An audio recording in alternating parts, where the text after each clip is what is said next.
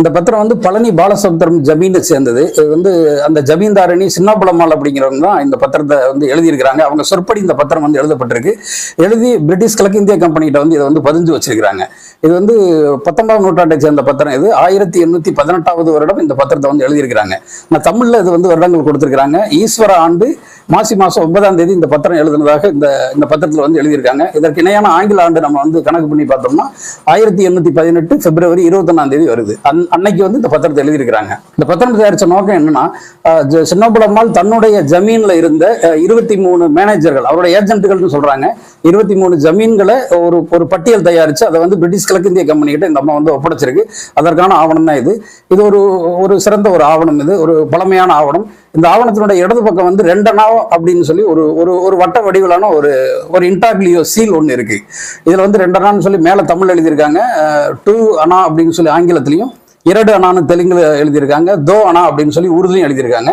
வலது மூலையில வந்து பொக்கிசம் ட்ரெஸரி. இந்த பத்திரத்தை வந்து அப்ப வந்து அந்த காலத்துல முத்திரைத்தாள் வந்து பிரிட்டிஷ் கிழக்கிந்திய கம்பெனியினுடைய கருவூலத்துல இருந்து விட்டுருக்காங்கிறது தெரிய வருது. அந்த கிழக்கிந்திய கம்பெனியினுடைய முத்திரை இருக்குது. அதுல வந்து பொக்கிசம்னு எழுதியிருக்காங்க. தமிழ்ல மேல பொக்கிசம்னு எழுதி நடுவில் வந்து ட்ரெஸரின்னு சொல்லி ஆங்கிலத்தில் எழுதியிருக்காங்க. அதற்கு கீழே கஜானான்னு சொல்லி உருதுல எழுதியிருக்காங்க.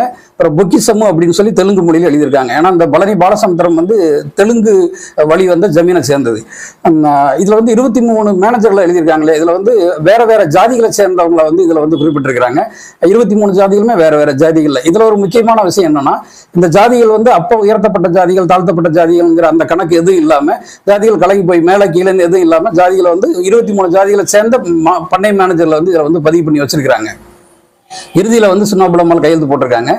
பழனி ஜமீனை பார்க்கக்கூடிய அந்த பொறுப்பை வந்து சின்னப்பழம்மாள்கிட்ட பிரிட்டிஷ் கிழக்கிந்திய கம்பெனி வந்து கொடுத்துட்டு அதற்கான சம்பளமா மாசம் 30 பொன் வராகன், அந்த காலத்துல வந்து வராகன்னு சொல்லுவோம், அது மாதிரி பொன் வராகனை வந்து இந்த அம்மாவுக்கு சம்பளமா கொடுக்குது.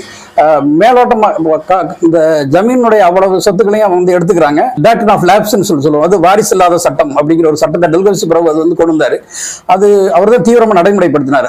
அந்த சட்டத்தை வந்து நடைமுறைப்படுத்துறதுக்கு குழந்தை இல்லாத இந்த ஜமீனை வந்து அவங்க வந்து எடுத்துட்டாங்க, ஆங்கிலேயர்கள் எடுத்துட்டாங்க. அவங்களுடைய முழு கண்ட்ரோல்ல இந்த வந்து இது போயிருச்சு, இந்த ஜமீன் வந்து போயிருச்சு. அதனாலதான் இந்த சின்னப்பழம்மாள் வந்து அந்த 2ஆம் பத்திரத்துல ஜமீன் அவங்க கிழக்கிந்திய கம்பெனியினுடைய முத்திரைத்தாள்ல இதை வந்து பதிவு பண்ணி கொடுத்திருக்கிறாங்க.